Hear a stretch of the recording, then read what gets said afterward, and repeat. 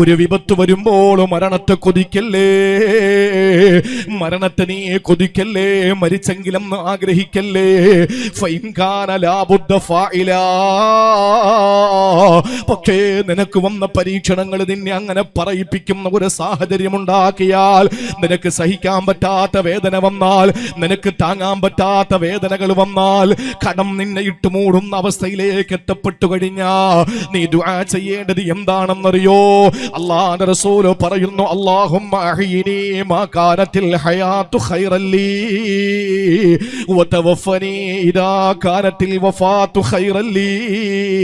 പടച്ചവനെ, ജീവിതമാണ് ഖൈറെങ്കിൽ എനിക്ക് നല്ലപോലെ ജീവിക്കാനുള്ള തൗഫീഖ് താ അല്ലാഹ്. അതല്ല മരണമാണ് ഖൈറെങ്കിൽ ഈമാനോടെ എന്നെ മരിപ്പിക്കണേ തമ്പുരാനെ. ഇതാണൊരു സത്യവിശ്വാസി ചെയ്യേണ്ടതെന്ന് പ്രശ്നങ്ങൾക്ക് പരിഹാരം പറഞ്ഞു തരുന്ന മഹാനായ പ്രവാചകൻ റസൂലുള്ളാഹി തങ്ങൾ പഠിപ്പിക്കുകയാ. ഏത് പ്രശ്നത്തിനും പരിഹാരമുണ്ടെന്ന് റസൂലുള്ള പഠിപ്പിക്കുമ്പോ ഇതിനും പരിഹാരമുണ്ട്. വിഷമങ്ങളും പ്രയാസങ്ങളും കടങ്ങളും ദാരിദ്ര്യവും അതുപോലെ വിഷമങ്ങളും കടന്നു വരുമ്പോ എന്താ ചെയ്യേണ്ടത്? അല്ലാഹുവേ, എനിക്ക് ജീവിതമാണ് ഖൈറെങ്കിൽ എന്നെ നീ നല്ലതുപോലെ ജീവിപ്പിക്കണേ റബ്ബേ. മരണമാണ് ഖൈറെങ്കിൽ എന്നെ ഈമാനോടെ മരിപ്പിക്കണേ അല്ലാ. എത്രയോ വേദികളാണ്, ഓരോ പ്രസംഗ വേദികളിൽ ചെല്ലുമ്പോൾ വ്യത്യസ്തമായ സങ്കടങ്ങളാണ് കേൾക്കാറുള്ളത്. അത് ഞങ്ങൾ വലിയ ആളുകളായതുകൊണ്ട് ഞങ്ങളോട് പറയുന്നതല്ല. നിങ്ങളെ പോലത്തെ നൂറുകണക്കിന് ആയിരക്കണക്കിന് ആളുകളുടെ ദുആ ഉണ്ടല്ലോ. സാലിഹീങ്ങളായ സാത്വികരായ വിശുദ്ധരായ നിങ്ങളെ പോലുള്ളവരുടെ ആമീൻ ഉണ്ടല്ലോ. ആമീനിൽ വലിയ പ്രതീക്ഷയാണ് ജനങ്ങൾക്കുള്ളത്. അതുകൊണ്ട് തന്നെ പ്രിയപ്പെട്ട സഹോദരങ്ങളെ, അങ്ങനെയുള്ള ആളുകൾ സങ്കടം പറയുമ്പോൾ പലരും വന്ന് പറഞ്ഞിട്ടുണ്ട്, ഉസ്താദേ എന്റെ വാപ്പ ഒന്ന് മരിക്കാൻ വേണ്ടി ദുആരക്കണേ, എന്റെ ഉമ്മ ഒന്ന് മരിക്കാൻ വേണ്ടി ദുആരക്കണേ. ഉമ്മയോട് ദേഷ്യമുള്ളത് കൊണ്ടല്ല, വാപ്പയോട് വൈരാഗ്യമുള്ളത് കൊണ്ടല്ല, അവരോട് വെറുപ്പുള്ളത് കൊണ്ടല്ല, പിന്നെയോ കിടക്കുന്ന കിടപ്പിൽ കിടന്ന് മലമൂത്ര വിസർജനം ചെയ്തിട്ട് അതെല്ലാം വാരിയിട്ട് കുഞ്ഞുങ്ങളെ പോലെ കളിക്കുന്നത് കാണുമ്പോ, ഓടിച്ചെന്ന് കിണറിലേക്ക് ചാടി മരിക്കാൻ നോക്കുന്നത് കാണുമ്പോ, ഗുളികയും മെഡിസിനും ഒക്കെ എടുത്തിട്ട് വാരി ഭക്ഷണം പോലെ കഴിക്കുന്നത് കാണുമ്പോ, പൊന്നുമക്കളുടെ മുമ്പിൽ വെച്ച് ഉടുതുണി വലിച്ചെറിഞ്ഞിട്ട് നഗ്നയായി നടക്കുന്നത് കാണുമ്പോ, മാനസികമായ നില തെറ്റിയിട്ടോ അറുതലിൽ ഉംറന്ന് ഖുർആൻ പരിചയപ്പെടുത്തി റസൂലുള്ളാഹി കാവല് തേടിയ ആ ഒരു പ്രായത്തിലേക്ക് എത്തിയതിന്റെ പേരിലോ ഉമ്മയുടെ മരണം കൊതിക്കുന്ന മക്കൾ സങ്കടത്തോടെ പറയാറുണ്ട്. അങ്ങനെ നമുക്ക് ദുആ ചെയ്യാൻ പറ്റുമോ? പറ്റില്ല. ആ ഘട്ടങ്ങളിൽ റസൂലുള്ള പറഞ്ഞു പറയേണ്ടത് എന്താണ്? ജീവിതമാണ് ഖൈറെങ്കിൽ അല്ലാഹുവേ ജീവിതം കൊടുക്കണേ തമ്പുരാനെ. മരണമാണ് ഖൈറെങ്കിൽ പെട്ടെന്ന് നീ ഈമാനോടെ മരിപ്പിക്കണേ അല്ലാ. ഇതല്ലാതെ മരണത്തെ കൊതിക്കല്ലേ സഹോദരങ്ങള്. പിന്നെ ചെയ്യേണ്ടത് എന്താണ്? ഇങ്ങനെയുള്ള പരീക്ഷണങ്ങൾ വരാതെ പടച്ചവനോട് കാവൽ തേടണമെന്ന്. തഅവ്വദൂ ബില്ലാഹി മിൻ ജഹിദിൽ ബലാഇ വദർകി ശഖാഇ. കടുത്ത പരീക്ഷണങ്ങളിൽ നിന്ന്, കനത്ത ദുരിതങ്ങളിൽ നിന്ന് നിങ്ങൾ റബ്ബിനോട് കാവൽ തേടണമെന്ന് മുത്തളി മുഹമ്മദ് മുസ്തഫ. പിന്നെ ഒരു കാര്യം പറയാം. നേരത്തെ പറഞ്ഞത് ഖബറിന്റെ അടുത്ത് ചെല്ലുമ്പോ ഒരു നമാസ് ദാരിമിയല്ലേ, ഇവിടെ വരാൻ ഞാൻ കണ്ടില്ല, ഇവിടെ വന്നോ നമാസ് ദാരിമി, ഇവിടെ ഇരിക്കാം. സമസ്തയുടെ വലിയ ഒരു പ്രവർത്തകനാണ്, അൽഹംദുലില്ലാ വർഷങ്ങളായിട്ടുള്ള ഒരു ബന്ധമാണ്. ഓമശ്ശേരി നവാസ് ദാരിമി മുക്കം വലിയൊരു കോളേജ് നടത്തുന്നുണ്ട്. ഇവിടെ ഇരിക്കും ഉസ്താദ്, വരി, എല്ലാവരും സന്തോഷം. അതാ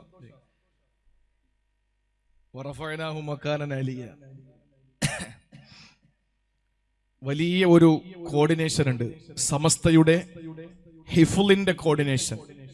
വലിയ ബൃഹത്തായ ഒരു സംഭവമാണ്.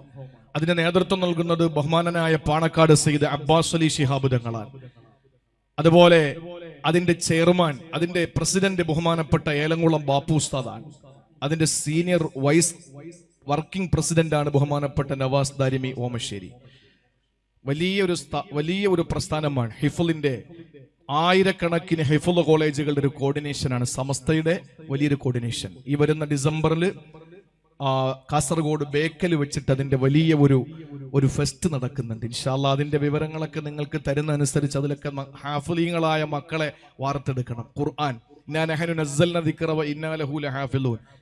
എല്ലാ ഇന്റർനെറ്റും വൈറസ് കയറി നശിച്ചു പോകാം, തിരൂരങ്ങാടി പ്രസ് നശിപ്പിക്കാം, മൊത്തം മുസ്ഹഫും ഖുർആനും കണ്ടുകെട്ടിയിട്ട് അതെല്ലാം കരിച്ചു കളയാം. അപ്പോഴും ഖുർആനെ അള്ള പറഞ്ഞ എന്താ? ഞാൻ സൂക്ഷിക്കും ഖിയാമത്ത് നാൾ വരെ. അതെങ്ങനെയാ? ഇന്നാ നഹ്നു നസ്സൽന ദിക്റ വ ഇന്നാ ലഹു ലഹാഫിളൂൻ എന്നാ പറഞ്ഞത്. എന്ന് പറഞ്ഞാൽ ഹാഫിളീങ്ങൾ ഉണ്ടാക്കുമെന്ന് അതിന്റെ അർത്ഥം. ഞാൻ ഖുർആനെ സൂക്ഷിക്കാന്ന് പറഞ്ഞ അള്ളാഹു പറഞ്ഞ വാക്കേതാ? ഇന്നാ നഹ്നു നസ്സൽന ദിക്റ വ ഇന്നാ ലഹു ലഹാഫിളൂൻ. ഞാൻ അതിനെ ഹിഫ്ള് ചെയ്തോളാന്ന് പറഞ്ഞാൽ അവന്റെ അടിമകളായ കുഞ്ഞു മക്കളുടെ ഹൃദയത്തിൽ ഖുർആൻ കൊത്തിവെക്കും. അവര് ഹാഫിളീങ്ങളാകുമ്പോൾ സകല നെറ്റിൽ നിന്ന് എടുത്ത് കളഞ്ഞാലും എവിടെ കരിച്ചു കളഞ്ഞാലും മക്കളുടെ ഹൃദയത്തിൽ ഖുർആൻ ഉണ്ട്. അതുകൊണ്ട് ഹാഫിളീങ്ങൾ ഉണ്ടാവണം.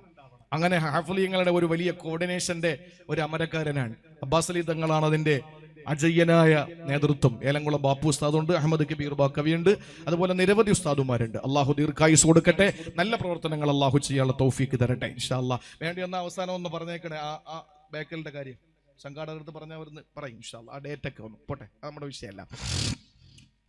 കനത്ത പരീക്ഷണങ്ങളും കടുത്ത പ്രതിസന്ധികളും വരാതിരിക്കാൻ അള്ളാഹിനോട് ചോദിക്കണം. വന്നാലോ മരണത്തെ കൊതിച്ചു പോകും. അത് ഖുർആനും ഹദീസും കൊണ്ട് സ്ഥിരപ്പെട്ട കാര്യമാണ്. അത് പാടില്ല എന്നും അള്ളാന്റെ റസൂല് പറഞ്ഞു. എന്നാൽ റസൂലുള്ളാന്റെ ഒരു ദുആ നിങ്ങൾക്ക് കേൾക്കണോ? എന്താണെന്നറിയോ?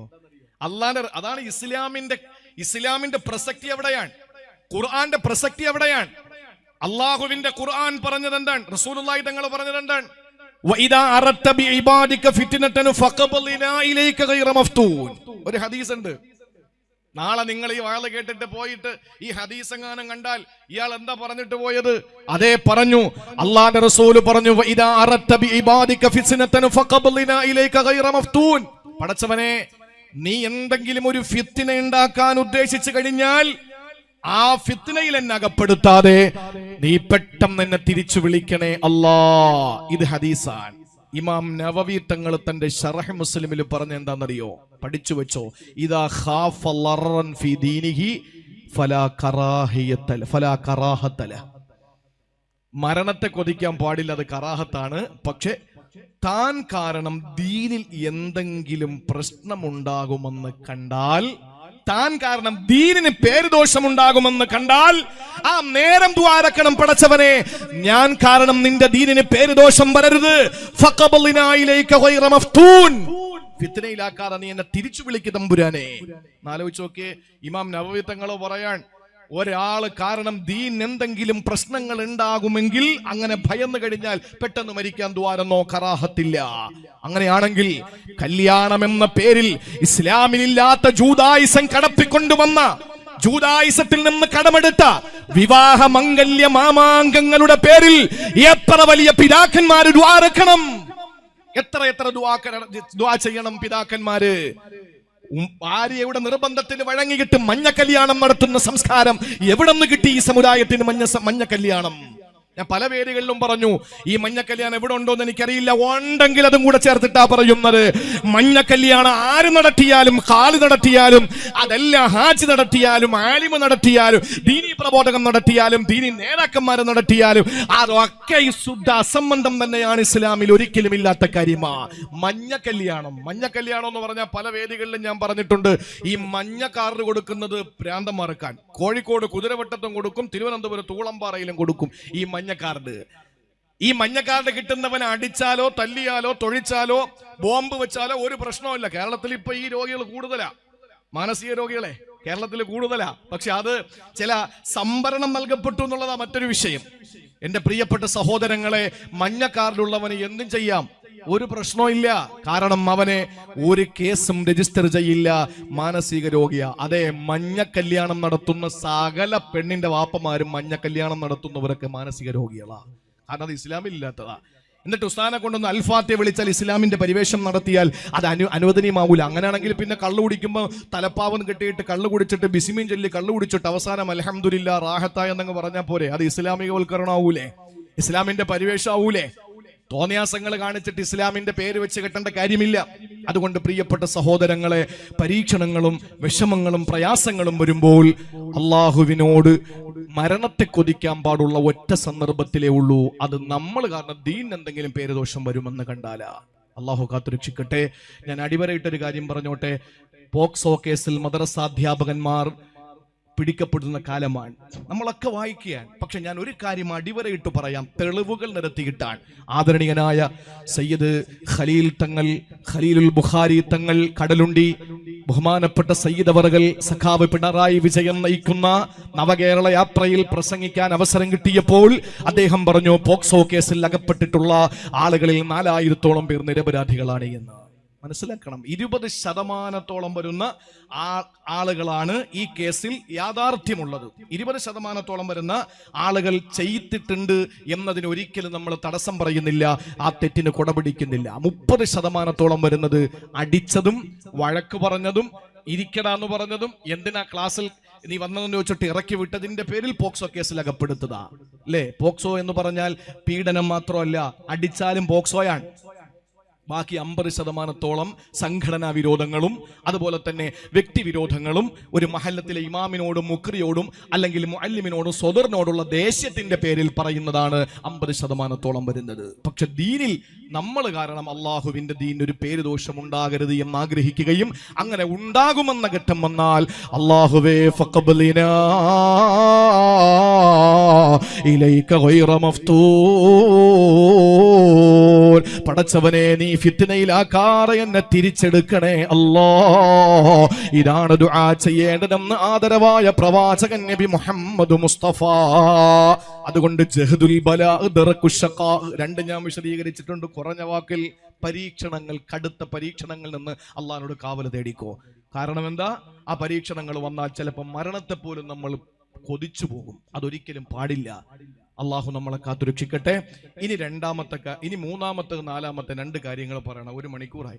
നിങ്ങൾ ശ്രദ്ധയോടെ ഇരിക്കണം ഇൻഷാ അല്ലാഹ്. ഇതിനിടയിൽ ഒരു ചെറിയ കാര്യമുള്ളത്, ചിലപ്പോൾ നമുക്ക് അവസാനം എല്ലാം കൂടെ ഒരുമിച്ച് ചെയ്യാൻ പറ്റിയെന്ന് വരില്ല. അതുകൊണ്ട് ബക്കറ്റ് നിങ്ങളുടെ മുന്നിൽ കൊണ്ടുവരും. വളരെ മനോഹരമായ പരിപാടിയാണ്. സ്നേഹിക്കാൻ മാത്രം അറിയുന്ന, കുറഞ്ഞ സമയമേ ഞാൻ അവരുമായിട്ട് ഒരു സംസാരിച്ച് ഒരു സമ്പർക്കം ഉണ്ടായിട്ടുള്ളൂ. ഒരു 6 മണിക്ക് ശേഷം ഒരു 7 മണി വരെ 7:30 മണി വരെ 2 പേരും, അതിനുശേഷം നമ്മുടെ ഈ സംഘാടകരുമായിട്ട് സ്നേഹിക്കാൻ അറിയുന്നവരാണ്. അൽഹംദുലില്ലാ. വളരെ വലിയ, അവർക്ക് ഇവിടെ ഗാനമേള നടത്തിയെന്ന് വെച്ചിട്ട് ആരും അവരെ പിടിച്ച് മഹല്ലിൽ നിന്ന് പുറത്താക്കുകയൊന്നുമില്ല. പക്ഷെ അവർ ചെയ്യുന്ന വലിയ സേവനമാണ്, വളരെ വലിയ സേവനമാണ്. അതുകൊണ്ട് ഇൻഷാ അല്ലാഹ് എൻ്റെ ചെലവുകൾക്ക് വേണ്ടിയിട്ട് നല്ലൊരു സംഭാവന ഈ ബക്കറ്റിൽ നിങ്ങൾ നിക്ഷേപിക്കണം. അള്ളാഹു ജാരിയായ സ്വതക്കിൽ ഉൾപ്പെടുത്തി അനുഗ്രഹിക്കുമാറാവട്ടെ. ഇൻഷാ അല്ലാഹ് ഒരാളും ഇതിൽ നിന്ന് മാറി നിൽക്കരുത്. ഇന്നും നാളെയും കൂടെ പരിപാടിയുള്ളൂ. ബിസ്മില്ലാഹിർ റഹ്മാനിർ റഹീം. എല്ലാവരും ഒരാൾ പോലും ഒഴിയാതെ നല്ലൊരു മുറാദ് മനസ്സിൽ നിയത്താക്കിയിട്ട് അതിൻ്റെ സാക്ഷാത്കാരത്തിന് വേണ്ടി സഹായിക്കും. എന്നിട്ട് ശ്രദ്ധ മുഴുവൻ ഇങ്ങോട്ട് ഇൻഷാ അല്ലാഹ് എല്ലാ ഭാഗത്തും പോയി നിൽക്കുന്നവർക്കും ഇരിക്കുന്നവർക്കും ഒക്കെ സ്ത്രീകളുടെ ഭാഗത്ത് അതൊക്കെ കൊടുത്തു വിട്ടോളി. ഇങ്ങോട്ട് ശ്രദ്ധിക്കണേ. ഇനി 3-മത്തേത്, കടുത്ത പരീക്ഷണങ്ങൾ വന്നാൽ നമ്മൾ മരണത്തെ കൊതിച്ചു പോകും. അള്ളാഹു നമ്മളെ കാക്കട്ടെ. അങ്ങനെയുള്ള പരീക്ഷണങ്ങളെ തൊട്ട് റബ്ബ് തആല നമ്മളെ കാത്തുരക്ഷിക്കുമാറാവട്ടെ. പിന്നെ അതിന്റെ കൂട്ടത്തിൽ ഞാനൊരു കാര്യം കൂടി പറയാം. നമ്മുടെ സമുദായത്തിൽ ഒരു വലിയൊരു വിഷയമുണ്ട്. എന്താണെന്നറിയോ, സ്ത്രീകളുടെ ഭാഗത്താണ് കൂടുതലുള്ളത്. ഈ പരീക്ഷണങ്ങളും വിഷമങ്ങളും ഒക്കെ വരുമ്പോ നല്ല വലിയ വലിയ ഉസ്താദുമാരുണ്ട്. ആ ഉസ്താദുമാരുടെ അടുക്കൽ പോയിട്ട് ദുആ ചെയ്യാൻ പറയുന്നതിൽ ഒരു വിരോധവുമില്ല. അത് അങ്ങനെ വിരോധം പറയുന്നത് പല അസൂയയുടെ പേരിലാണ്. മഹാന്മാരായ സാദാത്യങ്ങളുടെയും വലിയ വലിയ പണ്ഡിതന്മാരുടെയും മുമ്പിൽ ചെന്നിട്ട് നമ്മുടെ സങ്കടങ്ങൾ ഒന്ന് മാറാൻ വേണ്ടി ദുആരക്കണമെന്ന് പറയുന്നതും ഖുർആനിന്റെ ആയത്തുകൾ കൊണ്ട് മന്ത്രിക്കുന്നതും ഒരിക്കലും തെറ്റല്ല. അത് പ്രോത്സാഹിപ്പിക്കപ്പെടേണ്ടതാണ്. അത് നബിയുടെ ചര്യയിൽപ്പെട്ടതാണ്. അള്ളാന്റെ പ്രിയപ്പെട്ട പ്രവാചകൻ സല്ലല്ലാഹു അലൈഹി വസല്ലം പഠിപ്പിച്ച കാര്യമാണ്. വിശുദ്ധ ഖുർആനിൽ സൂറത്തുൽ ഫാത്തിഹയോളം മന്ത്രത്തിന് പറ്റിയ വേറെ ഒന്നുമില്ലെന്നാണ് അള്ളാന്റെ റസൂല് പഠിപ്പിച്ചത്. അതൊക്കെ നിലനിൽക്കുമ്പോഴും അമ്പലങ്ങളിൽ പോയിട്ട് കരിങ്കോഴി കൊടുക്കുന്ന സമ്പ്രദായം മുസ്ലിം പെണ്ണുങ്ങളിൽ ഇന്ന് കൂടുതലാണ്. പറയാതിരിക്കാൻ നിവർത്തിയില്ല. ചിലപ്പോൾ ചാപ്പാട് തരൂലായിരിക്കും, നമുക്ക് ചിലപ്പോൾ ഇന്ന് ചോദിച്ചാൽ ഒന്നും തരൂലായിരിക്കും. പക്ഷെ നിങ്ങൾ അങ്ങനെ ചെയ്യുന്നതോടൊപ്പം ഈ രീതിയിൽ സദക്ക കൊടുക്കുന്നതിൽ കാര്യമില്ലല്ലോ. ഇവിടെ ഉള്ളവർ അങ്ങനെ ആണെന്ന ധാരണയും എനിക്കില്ലല്ലോ. പക്ഷേ അമ്പലങ്ങളിൽ ചെന്നിട്ട് കരിങ്കട കൊടുക്കുകയും കരിങ്കോഴി കൊടുക്കുകയും സിഹ്ർ ചെയ്യിപ്പിക്കുകയും മാരണം ചെയ്യിപ്പിക്കുകയും ചെയ്യുന്ന സമ്പ്രദായത്തിലേക്ക് പർദ്ദയിട്ട മുസ്ലിം പെൺകുട്ടികൾ എത്തപ്പെടുന്നു എന്നുള്ളത് വളരെ ഗൗരവമായി തന്നെ നമ്മൾ കാണേണ്ടിയിരിക്കുന്നു. ഈമാൻ നഷ്ടപ്പെട്ടില്ലേ, കുഫറിലേക്ക് പോയില്ലേ. അമ്പലങ്ങൾ പരിപാവനമായി അവിടെ നിൽക്കട്ടെ, ചർച്ചകൾ പരിപാവനമായി, നിഖാരങ്ങൾ പരിപാവനമായി നിൽക്കട്ടെ. അതൊക്കെ അവരുടെ നമ്മുടെ സഹോദരങ്ങളുടെ ആരാധനാലയങ്ങളാ, അതിനൊക്കെ നമ്മൾ റെസ്പെക്ട് ചെയ്യണം. പക്ഷേ നമ്മുടെ പള്ളിയിൽ വന്നിട്ട് നൂലോതി കെട്ടിയിട്ട് കാര്യമൊന്നുമില്ല എന്ന് കാണുമ്പോ ഒരു കറുത്ത കോഴിയം വാങ്ങിയിട്ട് അവന്റെ കുടുംബം കുഴി തോണ്ടാൻ വേണ്ടിയിട്ട് അമ്പലങ്ങളിൽ ചെന്നിട്ട് വഴിപാടുകളും നേർച്ചകളും നടത്തുന്ന മുസ്ലിം സഹോദരിമാർ നിസ്കരിച്ചിട്ട് കാര്യമില്ല. നിങ്ങളുടെ ഇബാദത്തുകൾ അല്ലാഹു വേണ്ട. കുഫ്ർ, ഇർത്തിദാദ്, മുർത്തദായി പോയിരിക്കുകയാണ്. അള്ളാഹു കാത്തുരക്ഷിക്കട്ടെ. കലിമ ചൊല്ലി അള്ളാഹുവിന്റെ വിശുദ്ധമായ കലിമത്ത് തൗഹീദ് ചൊല്ലിയിട്ട് നിങ്ങൾ തിരിച്ചു വരണം. ഇനി മേലിൽ അങ്ങനെ ഒരു കാര്യത്തിലേക്ക് പോകൂല എന്ന് ശപഥം ചെയ്യണം. ചെയ്തു പോയതിൽ ഖേദമുണ്ടാകണം. അള്ളാഹു കാത്തുരക്ഷിക്കട്ടെ. മൂന്നാമതായിട്ട് അള്ളാന്റെ പ്രിയപ്പെട്ട പ്രവാചകന് ദുആ ചെയ്യാൻ പഠിപ്പിച്ചത് ഏതെന്നറിയോ? ഒന്ന് കടുത്ത പരീക്ഷണമാണ്, രണ്ട് കനത്ത ദുരിതമാണ്. രണ്ടും കൂടി ഏകദേശം പ്രിയപ്പെട്ടവരെ സമാനതകളുള്ളത് കൊണ്ട് തന്നെ ഞാൻ ഒരുമിച്ചാണ് വിശദീകരിച്ചത്. ഇനി മൂന്നാമത്തേത് ഏതെന്നറിയോ? അള്ളാന്റെ ഖുർആൻ, അള്ളാന്റെ ഹബീബ് പഠിപ്പിക്കുകയാണ് വസൂഇൽ ഖലാ, അള്ളാഹുവിന്റെ വിനാശകരമായ വിധികളാണ്. പടച്ചവന്റെ വിധിയാണ്. ആ വിധി ഖൈറും ഷർറും നമുക്ക് വരുന്നത് അള്ളാഹുവിൽ നിന്നല്ലേ നമ്മൾ വിശ്വസിക്കുന്നത്. പ്രിയപ്പെട്ടവരെ, വിശുദ്ധമായ ഖുർആനിൽ ഒരു ആയത്തുണ്ട്, സൂറത്തുൽ ബഖറ 102-ാമത്തെ ആയത്തിൽ അള്ളാഹു പഠിപ്പിക്കുന്നത് എന്താണെന്നറിയോ? ഇന്ന് സിഹ്റിന്റെ പേരിൽ പല സംഘടനകളും പല തട്ടുകളിലായി പോയത് നമ്മൾ കണ്ടവരാണല്ലോ. 102-ാമത്തെ ആയത്തിൽ അള്ളാഹു പഠിപ്പിക്കുന്നത് സിഹ്റിനെ പറ്റി തന്നെയാ. ആരാ സിഹ്ർ പഠിപ്പിക്കുന്നതെന്നറിയോ? ബിബാബില ഹാറൂത വമാറൂ, ബാബിലോണിലെ ഹാറൂത്തും മാറൂത്തും എന്ന് പറഞ്ഞ് മലക്കുകളായിരുന്നവര് രൂപാന്തരപ്പെട്ട് മനുഷ്യകോലങ്ങളിൽ അകപ്പെട്ടു പോയവര്. ഒരു പ്രത്യേക സാഹചര്യത്തിലെ ചരിത്രം വിശാലമാണ്, പറയാൻ നമുക്ക് സമയമില്ല. ആ ഹാറൂത്തും മാറൂത്തും സിഹ്ർ പഠിപ്പിച്ചു കൊടുക്കുകയാ. ആ സിഹ്ർ പഠിപ്പിച്ചു കൊടുക്കുമ്പോൾ അതിനെപ്പറ്റി വിശുദ്ധ ഖുർആൻ സൂറത്തുൽ ബഖറയിൽ ഇങ്ങനെ പരാമർശിച്ചിട്ട് വന്നിട്ട് അല്ലാഹു പറഞ്ഞിരുന്നെന്നറിയോ? ഈ സിഹ്റിന്റെ വ്യാപ്തി എന്താണെന്നറിയോ? സുബ്ഹാനല്ലാഹ്, ഭാര്യയും ഭർത്താവും തമ്മിൽ അകന്നു പോകാൻ സിഹ്റിന് കഴിവുണ്ടേ. ഇതെന്റെ വാക്കല്ല, അള്ളാന്റെ വിശുദ്ധ ഖുർആനിന്റെ വാക്കാ. ഒരു ഭാര്യയും ഭർത്താവിനെയും തമ്മിൽ അകറ്റാ. ഏത് അകറ്റലാണ്? നമ്മൾ നിസ്സാരമായി കാണുന്നത് വലിയ കാര്യമാണോ? ഒരു ഭാര്യയും ഭർത്താവും തമ്മിൽ അകലുന്നത് വലിയ കാര്യമല്ലല്ലോ എന്ന നിസാരമായിട്ടുള്ള വാക്ക് നമ്മൾ പറയുമ്പോഴും നമ്മളൊരു കാര്യം മനസ്സിലാക്കണം. ഇവർ രണ്ടുപേരും ഒരുമിച്ച് കൂടുന്നത് ഏത് ബന്ധത്തിലാണെന്നറിയോ? മീസാകന ഖലീലാ, അല്ലാഹ് പറഞ്ഞത് ബലിഷ്ഠമായ കരാറെന്നാ. ഇങ്ങനെ ബലിഷ്ഠമായ കരാറെന്ന് പറഞ്ഞത് പള്ളിയിൽ ഇമാമിനെ എടുക്കുന്നതിനെ പറ്റിയല്ല, ഒരു മഹല്ലത്തിന്റെ പരിപാലന സമിതി സത്യപ്രതിജ്ഞ കയറുന്നതിനെ പറ്റിയല്ല, നിയമസഭാ മന്ദിരത്തില് ജനാധിപത്യത്തിന്റെ ശ്രീകോവില് ഒരു പാർട്ടി അധികാരത്തിൽ വരുന്നതിനെ പറ്റിയല്ല, അല്ലെങ്കിൽ പാർലമെന്റിൽ ഒരു പാർട്ടി അധികാരത്തിൽ വരുന്നതിനെ പറ്റിയല്ല. അള്ളാഹു പറയുന്നത് മീസാകന ഖലീലാ, ബലിഷ്ഠമായ ഒരു കരാറെന്ന് പറയുന്നത് ഉമ്മയും മകനും തമ്മിലുള്ള കരാറല്ല, വാപ്പയും മോനും തമ്മിലുള്ള കരാറല്ല. പിന്നെ ഖുർആനിൽ അള്ളാഹു പറഞ്ഞ ഒരേ ഒരു കരാറേതാ? മീസാകന ഖലീലാ എന്ന് പറഞ്ഞത് ഭാര്യ ഭർത്താക്കന്മാർ തമ്മിലുള്ള ഒലയാത്ത അലയാത്ത ഒരിക്കലും മുടയാത്ത ഒരു കരാറാണ്. ആ കരാറിനെ പൊളിച്ചു കളയാൻ കഴിവുള്ളതാണ് സിഹ്ർ. ആലോചിച്ചു നോക്കിയേ, ആ ബലിഷ്ഠമെന്ന് ഖുർആൻ പറഞ്ഞതിനെ പൊട്ടിക്കാൻ കഴിവുള്ളതിനാണ് സിഹ്ർ എന്ന് പറയുന്നതെങ്കിൽ ആ സിഹ്റിനെ പറ്റി 102-ാമത്തെ ആയത്ത് വിശദീകരിച്ചിട്ട് അള്ളാഹു അവസാനം പറയുന്നു, സിഹ്ർ കാരണം ഭാര്യയും ഭർത്താവും രണ്ട് കോണിലാവും. ഇത് പറഞ്ഞിട്ട് അള്ളാഹു തആല പറയുകയാണ്, വമാഹും ബിളാദീന മിൻ അഹദിന ഇല്ലാ ബിഇദ്നില്ലാഹ്. എത്ര വലിയ സിഹ്ർ ബാധിച്ചാലും, എത്ര വലിയ ഐന് ബാധിച്ചാലും, ഏതമ്പലങ്ങളിൽ പോയി കരിങ്കട കൊടുത്താലും, അമ്പലത്തിൽ പോയി കരിങ്കോഴി കൊടുത്തിട്ട് രണ്ടുപേരെ തമ്മിൽ തെറ്റിക്കാൻ ശ്രമിച്ചാൽ, മുസ്ലിം ചെറുപ്പക്കാരാ, അല്ലാഹുവിന്റെ ഖുർആൻ പറയുകയാണ്, വമാഹും ബിളാദീന ബിഹി മിൻ അഹദിൻ ഇല്ലാ ബിഇദ്നില്ലാഹ്. അള്ളാഹുവിന്റെ അനുവാദമില്ലാതെ, അവന്റെ അറിവില്ലാതെ, അവന്റെ അനുമതിയില്ലാതെ, അവൻ അറിയാതെ ഒരു ഇല പോലും അനങ്ങൂല. കല്ലിടുക്കിലെ പുൽക്കൊടിക്ക് പോലും കൊടുനീര് കൊടുക്കുന്നത് അല്ലാഹുവാ. വാരിയല്ല് കൊണ്ട് മൂടപ്പെട്ട ഹൃദയാന്തരാളങ്ങളിലുള്ള ചലന നിശ്ചലനങ്ങൾ അറിയുന്നതും അല്ലാഹുവാ. ഉള്ളിക്കണ്ണ് കൊണ്ടുള്ള നോട്ടം കാണുന്നതും അല്ലാഹുവാ. ഇതെല്ലാം അറിയുന്ന പടച്ചതമ്പുരാ, ഇന്നലെയും ഇന്നും നാളെയും ഇല്ലാത്ത അല്ലാ, എല്ലാം തുറന്ന പുസ്തകമായ അല്ലാ, ആ പടച്ചതമ്പുരാന്റെ അറിവില്ലാതെ ഒന്നും സംഭവിക്കുകയില്ല. ഇത് വിശുദ്ധമായ ഖുർആനിലൂടെ പരിചയപ്പെടുത്തുമ്പോ ഒരു കാര്യം പറഞ്ഞോട്ടെ സഹോദരങ്ങളെ, ഒരു വാഹനത്തിന്റെ പിന്നില് റസൂലുള്ള ഇരിക്കുന്ന ഒട്ടകമോ കുതിരയോ, എന്റെ ഓർമ്മ ശരിയല്ല, ഏതോ ഒരു വാഹനത്തിന്റെ പിന്നില് മഹാനായ അബ്ദുല്ലാഹി ഇബ്നു അബ്ബാസ് റളിയല്ലാഹു അൻഹുവിനെ വിളിച്ചിരുത്തുകയാ. അന്ന് ഇബ്നു അബ്ബാസ് തങ്ങളെ തീരെ ചെറുതാ. അള്ളാന്റെ ഹബീബിന്റെ വാഹനപ്പുറത്ത് നബി തങ്ങളുടെ പിന്നില് അള്ളാന്റെ റസൂല് ലിഫ്റ്റ് കൊടുത്തു കൊണ്ടുപോവുകയാ. ആ സമയത്ത് ഇബ്നു അബ്ബാസ് എന്ന ബാലനോട് റസൂലുള്ളാഹി സംസാരിച്ചത് എന്തെന്നറിയോ? യാ ഗുലാം, എന്റെ പൊന്നുമോനെ. ഇമാം തുർമുദി റിപ്പോർട്ട് ചെയ്ത ഹദീസിലായി ഇത് പറയുന്നത്.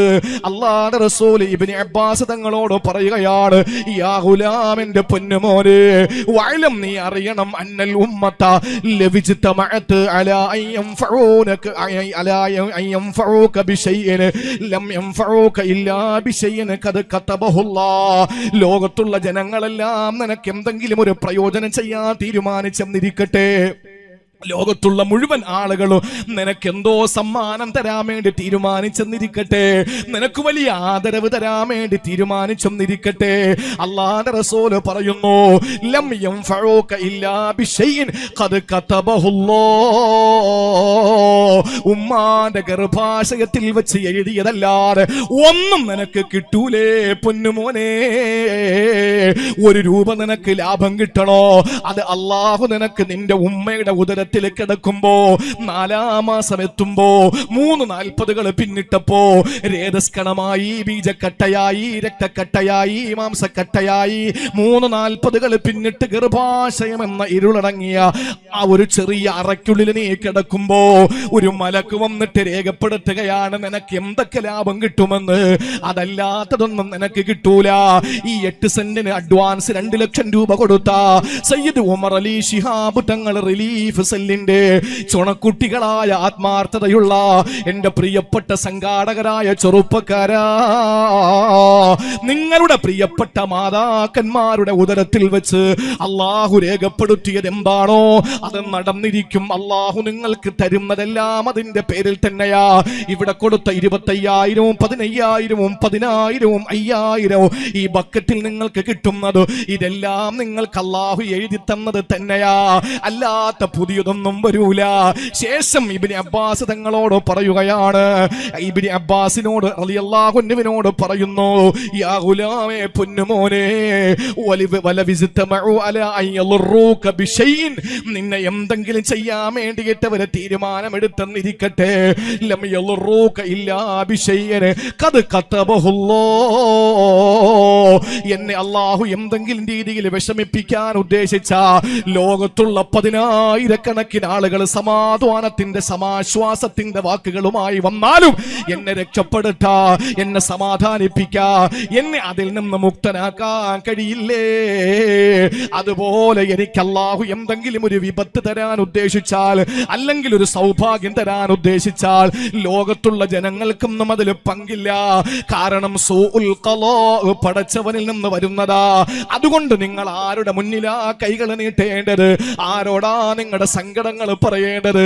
അമ്പലങ്ങളിൽ പോകലല്ല പെങ്ങളെ, ഓൺലൈൻ ബിസിനസ്സുകളിലൂടെ നടന്ന് ഓൺലൈൻ ആരാധനാ ശൈലികളിലേക്ക് പോകലല്ല. പിന്നെ നിങ്ങൾ ചെയ്യേണ്ടത് എന്തെന്നറിയോ?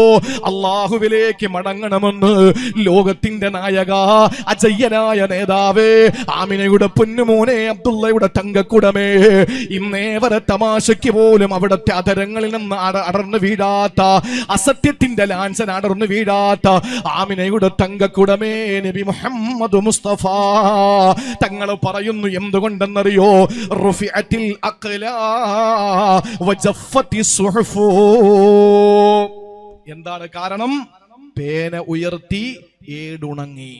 ഇനി ആർക്ക് എഴുതി പിടിപ്പിക്കാനും പറ്റൂല, ആ ഏട് മാച്ച് കളയാനും പറ്റൂല. എഴുതി പിടിപ്പിക്കാൻ പറ്റാത്ത കാര്യം എന്താണ്?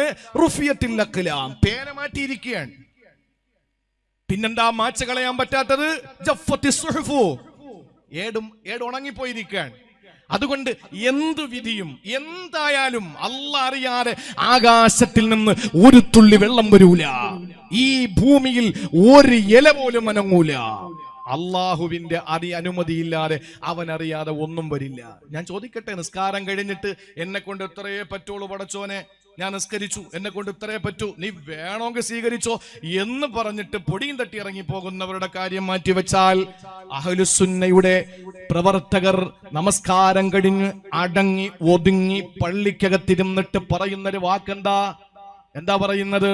നിസ്കാരം കഴിഞ്ഞിട്ട് നിസ്കാരത്തിൽ കൈകെട്ടിക്കഴിഞ്ഞാൽ ഒരു പ്രതിജ്ഞ ചെല്ലുന്നുണ്ട്. സൂറത്തുൽ ഫാത്തിഹ ആദ്യത്തെ ഫർളാൻ, ഖൗലിയായ ആദ്യത്തെ ഫർളാൻ. തക്ബീറത്തുൽ ഇഹ്റാം ഫർളാൻ, അത് കഴിഞ്ഞ ഖൗലിയായ ഫർള് ഫാത്തിഹയാണ് ആദ്യം. ആ തക്ബീറത്തുൽ ഇഹ്റാം കഴിഞ്ഞുള്ള ആദ്യ ഫർള് പറയുന്നതിന് മുമ്പ് നമ്മൾ പറയുന്നത് എന്താ? വജ്ജഹതു വജ്ഹിയ ലില്ലദീ ഫത്തറ അസ്സമാവാതി വൽ അർള ഹനീഫൻ മുസ്ലിമൻ വമാ അന മിനൽ മുശ്രികീൻ ഇന്ന സ്വലാത്തി വനുസുകി വമഹ്യായ വമമാതി ലില്ലാഹി റബ്ബിൽ ആലമീൻ. എൻ്റെ ജീവിതവും മരണവും നിസ്കാരവും നോമ്പും സകല ഇബാദത്തുകളും, എൻ്റെ അനക്കമടക്കങ്ങൾ, എൻ്റെ ശ്വാസനിശ്വാസങ്ങൾ, എൻ്റെ എല്ലാം നിനക്കാണ് തമ്പുരാനെ. ഇത് പറഞ്ഞിട്ട് ഫാത്തിഹ ഓതി നിസ്കാരം തുടങ്ങി അവസാനിപ്പിച്ചിട്ട് പറയുന്നത് എന്താണെന്നറിയോ? അല്ലാഹുമ്മ ലാ മാനിഅ ലിമാ അഅ്തയ്ത വലാ മുഅ്തിയ ലിമാ മനഅ്ത വലാ റദ്ദ ലിമാ ഖളൈത വലാ മുബദ്ദില ലിമാ ഹകംത വലാ യൻഫഉ ദൽ ജദ്ദി മിൻകൽ ജദ്ദ്. ഇതല്ലേ നമ്മൾ പറയുന്ന ഉപ്പാ, നാളത്തെ സുബഹി മുതൽ പറയുമ്പോ നിങ്ങളുടെ ഹൃദയം പിടപെടക്കട്ടെ, കണ്ണുകൾ കണ്ണുനീര് പൊഴിക്കട്ടെ. എന്താണ് അതിന്റെ അർത്ഥമെന്നറിയോ? അല്ലാഹുമ്മ ലാ മാനിഅ ലിമാ അഅ്തയ്ത, പടച്ചോനെ നീ തന്നാൽ തടയാൻ ആരുമില്ല. വലാ മുഅ്തിയ ലിമാ മനഅ്ത, നീ തടഞ്ഞാൽ തരാൻ ആരുമില്ല അല്ലാ. വലാ റദ്ദ ലിമാ ഖളൈത, നിന്റെ വിധിയെ തടസ്സം നിൽക്കാൻ ലോകത്ത് ആരുമില്ല തമ്പുരാനെ. വലാ മുബദ്ദില ലിമാ ഹകംത, നിന്റെ വിധിയെ മാറ്റിമറിക്കാൻ തബ്ദീൽ ചെയ്യാൻ ആരുമില്ല. എന്തോ ഒരു പ്രതിജ്ഞയാണ്. ഇതൊക്കെ പറഞ്ഞിട്ട് വെളിയിറങ്ങിയിട്ട് പറയാ നമ്മുടെ കാര്യങ്ങളൊന്നും അല്ലാഹ് അല്ല നോക്കുന്നേ. അത് പിന്നെ എങ്ങനെ ശരിയാവുക? അതെങ്ങനെ ശരിയാവുക? എന്നിട്ട് കുറെ മായാവി കഥകൾ പറഞ്ഞു കൊടുക്കുക. കറാമത്ത് എന്ന് പറഞ്ഞാൽ ഏറ്റവും വലിയ കറാമത്ത് കാണിച്ച മഹാന്മാരുണ്ട്. എൻ്റെ ഒരു വലിയൊരു സയ്യിദുണ്ട്, ഇപ്പോഴും സങ്കടങ്ങളും വിഷമങ്ങളും ഒക്കെ വരുമ്പോ അള്ളാഹുവിനോട് പറയും, എന്നാലൊന്ന് ദുആരക്കാൻ വേണ്ടിയിട്ട് മഹാന്മാരെ വിളിച്ചിട്ടെന്ന് പറയാറുണ്ട്, ഉസ്താദ് ഒന്ന് ദ്വാരക്കണേ, തങ്ങളും ദ്വാരക്കണേ. ആ തങ്ങളുടെ ഉപ്പ, പാലക്കാട് ജില്ലയിലും മണ്ണാർക്കാടുള്ള ആ മഹാനായ തങ്ങളുടെ പ്രിയപ്പെട്ട ഉപ്പ സീരിക്കോയ തങ്ങൾ, അദ്ദേഹത്തിന്റെ പ്രിയപ്പെട്ട പിതാവ് ആറ്റക്കോയ തങ്ങൾ. ആ ആറ്റക്കോയ തങ്ങളുടെ അടുക്കലേക്ക് ഒരാൾ വന്നു അത്രേ. ആട് മോഷണം പോയി. ആകെ ജീവിതത്തിന്റെ സമ്പാദ്യമായിരുന്നു. അതുകൊണ്ട് തങ്ങളിപ്പോ ദുആരക്കണം എന്ന് പറഞ്ഞു. ഇനി ഇത് മായാവി കഥയായിട്ട് നാളെ വരുമെന്ന് വെച്ചാൽ എനിക്കറിയില്ല. തങ്ങളിപ്പോ ദുആരക്കണം എന്ന് പറഞ്ഞു. ആ സമയത്ത് ദുആയൊക്കെ ചെയ്യാം എന്ന് പറഞ്ഞു. അപ്പൊ എന്താ ഞാൻ ചെയ്യണത്? എന്റെ ആട് പോയി, എന്റെ ജീവിതത്തിന്റെ ആകെ സമ്പാദ്യമാണ്. അപ്പൊ ഭാര്യയോട് പറഞ്ഞു, ഇച്ചിരി കട്ടൻ ചായ കൊടുക്കാൻ പറഞ്ഞു ഇയാൾക്ക്. അതിലെന്താ? കടുകെണ്ണയല്ലേ വയറിളക്കുന്ന, അല്ലേ? അത് ആവണക്കെണ്ണ, ആവണക്കെണ്ണ. ആവണക്കെണ്ണ കുറച്ചൊഴിച്ചിട്ട് ഗ്ലാസ് കട്ടൻ കൊടുക്കാൻ പറഞ്ഞു. ആട് മോഷണം പോയതിന് എനിക്കെന്തിനാണ് എണ്ണ ഇട്ടിട്ട് വെള്ളം തരിക? നീ കുടിച്ചിട്ട് പൊയ്ക്കോളാൻ പറഞ്ഞു. പാവപ്പെട്ടവൻ ആ ഗ്ലാസ് വെള്ളവും കുടിച്ചിട്ട് പെട്ടെന്ന് ബസ് കയറിയിട്ട് പോകും. കുറെ നേരം കഴിഞ്ഞപ്പോൾ വയറിന് ആകെ ഒരു അസ്വസ്ഥത. അവൻ പറഞ്ഞു, എനിക്ക് ഇവിടെ ഇറങ്ങണം. കണ്ടക്ടർ പറഞ്ഞു, നിങ്ങൾ ടിക്കറ്റ് എടുത്തത് ഇവിടത്തേക്കല്ലല്ലോ. എനിക്കതൊന്നും പറഞ്ഞാൽ പറ്റില്ല, ഇവിടെ ഇറങ്ങിയേ പറ്റൂ. അങ്ങനെ അദ്ദേഹത്തിന് വണ്ടി നിർത്തി കൊടുത്തു. ഇറങ്ങി. എവിടെ പോകാനാ? പള്ളിയില്ല. ഇവിടത്തൊക്കെ പള്ളി എന്ന ഗോദ്രേജിന്റെ പൂട്ടിട്ട് ആ ബാത്റൂം പൂട്ടിയിരിക്കുന്നത്. അപ്പൊ അതുകൊണ്ട് തന്നെ ഇദ്ദേഹം ആകെ വിഷമിച്ച് എന്ത് ചെയ്തു? ഒരു കുറ്റിക്കാട് കണ്ടു, ഇതുപോലത്തെ ആളൊഴിഞ്ഞൊരു ഭാഗം. അവിടേക്ക് അങ്ങോട്ട് കയറി. അദ്ദേഹത്തിന്റെ ആവശ്യം നിർവഹിക്കണമല്ലോ. അങ്ങനെ ഇരിക്കുന്ന സന്ദർഭത്തിൽ എന്തോ ഒരു അനക്കം പുറകില് നോക്കുമ്പോൾ തന്റെ ആട് അവിടെ നിൽക്കുക. അതിനെ പിടിച്ചോണ്ട് വീട്ടിൽ പോയി. എനിക്കറിയാം നാളെ ഇതിൽ വരാൻ പോകുന്ന കാര്യങ്ങൾ എന്താന്നുള്ളത് എനിക്ക് നന്നായിട്ടറിയാം. പക്ഷേ ഹക്കായിട്ട് പറയണമല്ലോ. എന്റെ പ്രിയപ്പെട്ട സഹോദരങ്ങളെ, നമ്മൾ നിസ്കാരം കഴിഞ്ഞിട്ട് മഹാന്മാരായ നമ്മുടെയൊക്കെ വലിയ വലിയ ആരിഫീങ്ങൾ ഒരു വാക്ക് പറഞ്ഞാൽ മതി. ആ വാക്ക് ഭയങ്കര അസറ. ഒരുപാട് വേദികളിൽ ഒരുമിച്ചിരിക്കാൻ ഭാഗ്യം കിട്ടിയിട്ടുണ്ട്. മഹാനായ മുഹയ്യിസുന്ന ആദരണീയനായ ശൈഖുന അത്തിപ്പറ്റ ഉസ്താദ് നവ്വറല്ലാഹു മർഖദ, ആനക്കര കോയാക്കുട്ടി ഉസ്താദ്. അടുത്ത മാസം എനിക്ക് ആനക്കരയിൽ പ്രസംഗമുണ്ട്. ആനക്കര കോയാക്കുട്ടി ഉസ്താദ് സമസ്തയുടെ പ്രസിഡന്റ് ആയിരുന്നു. അള്ളാഹു ഖബർ വിശാലമാക്കി കൊടുക്കട്ടെ. അതുപോലെ വാവാട് ഉസ്താദ്, ചേലക്കാട് ഉസ്താദ്, അങ്ങനെയുള്ള കുറേ മഹാന്മാരുമായിട്ട് വേദി പങ്കിടാനും ദുആ വസിയത്ത് ചെയ്യാനും ഒക്കെ ഭാഗ്യം കിട്ടിയിട്ടുണ്ട്. അല്ലാതെ അവരോടൊപ്പം നിൽക്കാനോ ഇരിക്കാനോ എന്നുള്ള ക്വാളിറ്റി ഒന്നുമില്ല. നിങ്ങൾ പറയും ഉസ്താദ് നല്ല വിനയത്തിന്റെ പ്രസംഗം. അല്ല, നിങ്ങളെക്കാൾ എനിക്കാരാന്ന് എന്നെ അറിയാമല്ലോ. അതുകൊണ്ട് ഞാൻ പറഞ്ഞതാ. എന്നെക്കാൾ എന്നെ പറ്റി അള്ളാഹ്ക്കും അറിയാം. അതുകൊണ്ട് പ്രിയപ്പെട്ട സഹോദരങ്ങളെ, നമുക്ക് അള്ളാഹു എന്തെങ്കിലും വിരിച്ച ലോകത്ത് ആര് വിചാരിച്ചാലും തടയാൻ പറ്റൂല. അള്ള തരാൻ ഉദ്ദേശിച്ചാൽ തടയാൻ പറ്റാത്തതുപോലെ തന്നെ അള്ള തടഞ്ഞാൽ ആർക്കും കൊടുക്കാൻ പറ്റൂല. ഈ ഒരു വിശ്വാസം നമുക്കുണ്ടല്ലോ. അതുകൊണ്ട് പ്രിയപ്പെട്ടവരെ, അള്ളാഹുവാണ് എല്ലാ വിധിയും പുറപ്പെടുവിക്കുന്നത്. അവനാണ് സർവ്വവിധികളുമുള്ളത്. നന്മയും തിന്മയും ഒക്കെ അവനിൽ നിന്നാണ്. അതുകൊണ്ട് നമ്മൾ എപ്പോഴും എന്തു വേണം? തഅവ്വദു ബില്ലാഹി മിൻ സൂഇൽ ഖളാ. അറച്ചോനെ, നീ എനിക്ക് മോശമായ വിധികളൊന്നും എന്റെ തലയിൽ വെച്ച് തരല്ലേ എന്ന് എപ്പോഴും അള്ളാഹുവോട് ദുആരക്കാൻ ആദരവായ പ്രവാചകൻ നബി മുഹമ്മദ് മുസ്തഫ സല്ലല്ലാഹു അലൈഹി വസല്ലം തങ്ങൾ പറയാ. ഞാനിപ്പോൾ നാട്ടിൽ വന്ന് തിരുവനന്തപുരം ജില്ലയിലെ നെടുമങ്ങാട് താലൂക്കിൽ പനവൂരിലാണ് എൻ്റെ സ്വദേശം. തിരുവനന്തപുരത്ത് നിന്ന് 24 കിലോമീറ്റർ, റെയിൽവേ സ്റ്റേഷനിൽ നിന്ന് 27 കിലോമീറ്റർ വീണ്ടും പോകണം. അപ്പൊ അങ്ങേ അറ്റത്ത് നിന്നാണ് ഞാൻ ഇങ്ങോട്ട് വന്നേ. ഈ നാട്ടിൽ നിന്ന് ഞാൻ ഇവിടെ വന്ന് ഇറങ്ങുമ്പോൾ ഞാൻ എന്താ ചെയ്യേണ്ടതെന്നറിയോ? ഞാൻ എൻ്റെ പ്രിയപ്പെട്ട സഹോദരങ്ങളോട് പറയാൻ, അള്ളാഹുവിന്റെ വിധി അനുകൂലമാകാൻ ഞാൻ ഒരു ദിക്ർ പറഞ്ഞു തരാം. ഇത് ഹദീസാണ്, അല്ലെങ്കിൽ ഏതെങ്കിലും രീതിയിൽ നിങ്ങൾക്ക് തരാൻ ഒരു ദിക്ർ തരാൻ ഞാൻ വലിയ ഷെയ്ഖൊന്നുമല്ല. പക്ഷെ ഇത് ഹദീസാണ്. ആദരവായ പ്രവാചകൻ സല്ലല്ലാഹു അലൈഹി വസല്ലം തങ്ങൾ പറഞ്ഞ, ഇമാം മുസ്ലിം റിപ്പോർട്ട് ചെയ്തൊരു ഹദീസാണ്. നിങ്ങൾ ബിസിനസ്സിന് വേണ്ടി തിരുവനന്തപുരത്ത് വരാറുണ്ട്, കാസർഗോഡ് പോകാറുണ്ട്, ഗൾഫിൽ പോകാറുണ്ട്, കോഴിക്കോട് പോകാറുണ്ട്. നിങ്ങൾ ഇവിടെ എന്താണ് ഖത്തറമ്മലുകാരാ അല്ലെ? ഖത്തറമ്മലുകാരാ. ഞാൻ ഒത്തിരി പഠിച്ചിട്ടാണ് ഈ സ്ഥലം പറഞ്ഞത്. കാരണം പെട്ടെന്ന് വായിൽ വരാത്തൊരു പേരാ സ്ഥലം. കൊടുവള്ളി, മടവൂര്, ഓമശ്ശേരി, കോഴിക്കോട്, ഇതൊക്കെ പെട്ടെന്ന് വരും. അപ്പോ ഈ ഒരു സ്ഥലം ഞാൻ വണ്ടിയിൽ വന്ന ആ ഷമീർ സാഹിബിനോടും സൗദുദ്ദീൻ സാഹിബിനടുത്തൊക്കെ കുറച്ചിങ്ങനെ ചോദിച്ചു പഠിച്ചിട്ടാണ് വന്നത്. ഖത്തറമ്മൽ ഈ പ്രദേശത്തുള്ള നിങ്ങൾ കൊടുവള്ളിയിലേക്ക് പോകുമ്പോൾ നിങ്ങൾ എന്താ വേണ്ടത്?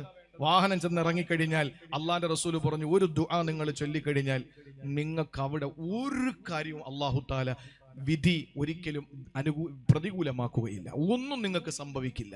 പഠിച്ചോളി, എഴുതി വെച്ച് പഠിച്ചോളി. ഏതാ? അല്ലാഹുവിന്റെ റസൂല് പറയുകയാണ്, മൻ നസല മൻസിലൻ ഫഖാല അഊദു ബികലിമാതില്ലാഹി തമ്മാതി മിൻ ശർരി മാ ഖലഖ. ആരെങ്കിലും ഒരു സ്ഥലത്ത് ചെന്നിറങ്ങുമ്പോൾ, ആരെങ്കിലും ഒരു പ്രദേശത്ത് ചെന്നിറങ്ങുമ്പോൾ അവിടെ നിന്നുകൊണ്ട് ആരെങ്കിലും പറഞ്ഞ അഊദു ബികലിമാതില്ലാഹി തമ്മാതി മിൻ ശർരി മാ ഖലഖ, അത് പഠിക്കണേ സഹോദരങ്ങളെ. എന്റെ കൂടെ നിങ്ങളൊന്ന് പറഞ്ഞു നോക്ക്. 3 പ്രാവശ്യമോ 4 പ്രാവശ്യമോ, അങ്ങേ അറ്റം പോയാൽ ഒരു 5 പ്രാവശ്യം പറഞ്ഞാൽ മതി. നമ്മുടെ മനസ്സിലിരിക്കും, മനനം ചെയ്യാൻ നമുക്ക് പറ്റും, ബൈഹാത്താക്കാൻ പറ്റും, സംശയമില്ല. അഊദു ബികലിമാതില്ലാഹി തമ്മാതി മിൻ ശർരി മാ ഖലഖ.